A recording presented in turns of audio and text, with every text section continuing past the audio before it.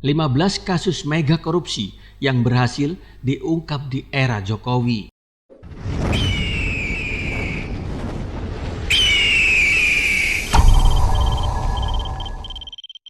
Saya tidak akan melindungi yang terlibat korupsi. Saya sudah ingatkan sejak awal kepada para menteri, jangan korupsi. Sudah sejak awal, itu uang rakyat. Korupsi memang bukan hal yang tabu lagi di Indonesia.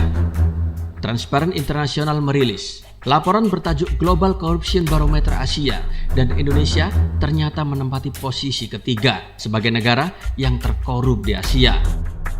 Korupsi sudah muncul di Indonesia sejak era sebelum kemerdekaan dan berkembang pesat selama era Orde Baru hingga saat ini.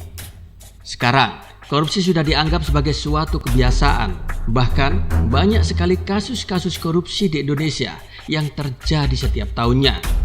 Korupsi ini terjadi disebabkan lemahnya hukum di Indonesia.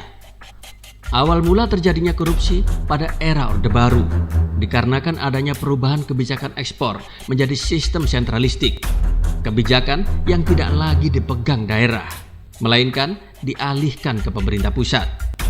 Perubahan gaya hidup akibat sentralisasi yang berlebihan membuat para pejabat dan para oknum BNS terjangkit korupsi. Dari era Orde Baru hingga era reformasi seperti sekarang ini, mentalitas korupsi sudah sangat mengakar kuat, sehingga sangat sulit untuk diberantas. Bisa dibilang, korupsi merupakan penyakit mental dan moral manusia. Korupsi memang adalah tindakan yang dapat merugikan banyak pihak, sehingga korupsi bisa disebut sebagai tindak kejahatan. Tentunya, memang permasalahan korupsi ini tidak bisa dianggap remeh. Semakin lama dibiarkan, permasalahan ini pun akan menjadi polemik yang berkepanjangan. Seperti yang kita ketahui, kebanyakan korupsi dilakukan oleh pejabat-pejabat tinggi negara yang juga memiliki kuasa. Bahkan para pejabat tersebut memiliki ante-ante dan berkong kali kong dengan para koruptor lain.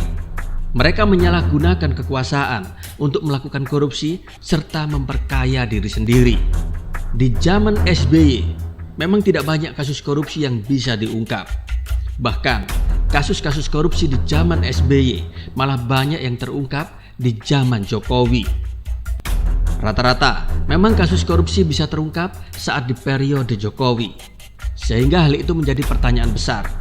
Bagaimana kinerja penguasa periode sebelumnya? Dan kali ini, Rea Jelata akan mengungkap fakta beberapa kasus mega korupsi yang berhasil diungkap di era Presiden Jokowi.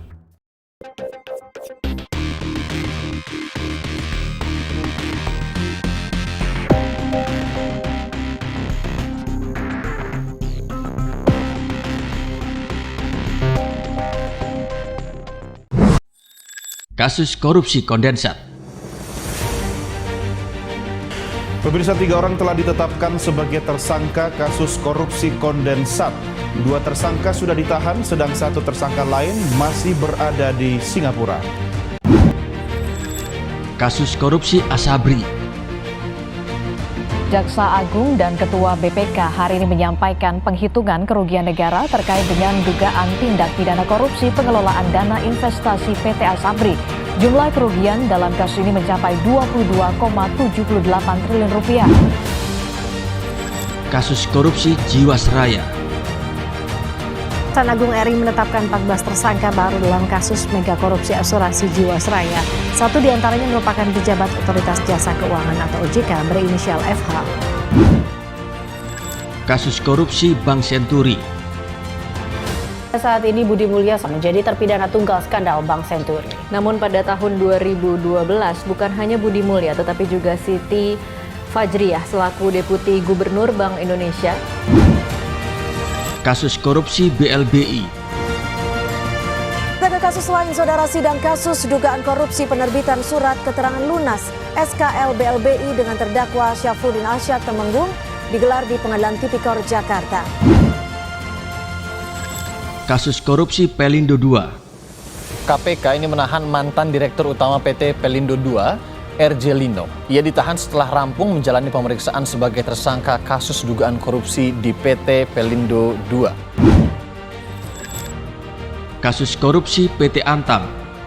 Kejaksaan Agung menahan 4 tersangka terduga korupsi di PT Antam, salah satunya adalah mantan Direktur Utama PT Antam.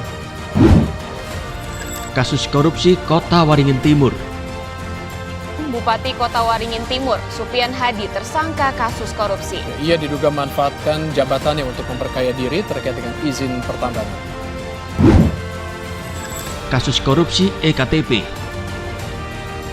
Bersalah melakukan tindak pidana korupsi yang dilakukan secara bersama-sama, menjatuhkan pidana oleh karena itu kepada terdakwa Setia Novanto dengan pidana penjara selama 15 tahun. Kasus korupsi benih lobster. Mantan Menteri Kelautan dan Perikanan Edi Prabowo menjalani sidang putusan perkara dugaan suap izin ekspor benih lobster alias benur. Kasus korupsi proyek PLTU Riau.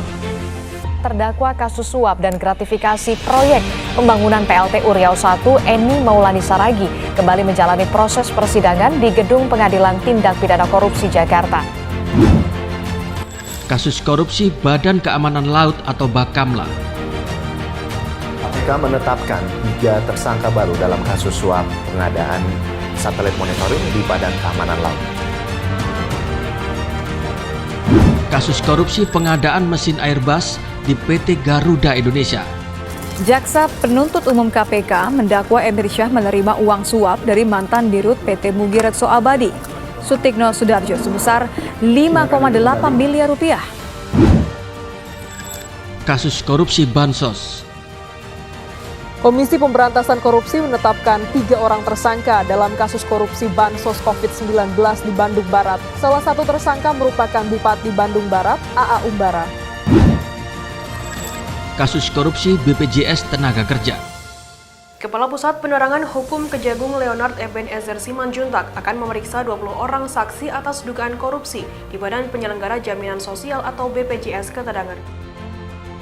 Tetap rapatkan barisan, counter segala hoax dan provokasi yang disebarkan oleh musuh-musuh pemerintah. Karena tujuan mereka jelas, ingin agar pandemi ini terus berlangsung sampai kiamat.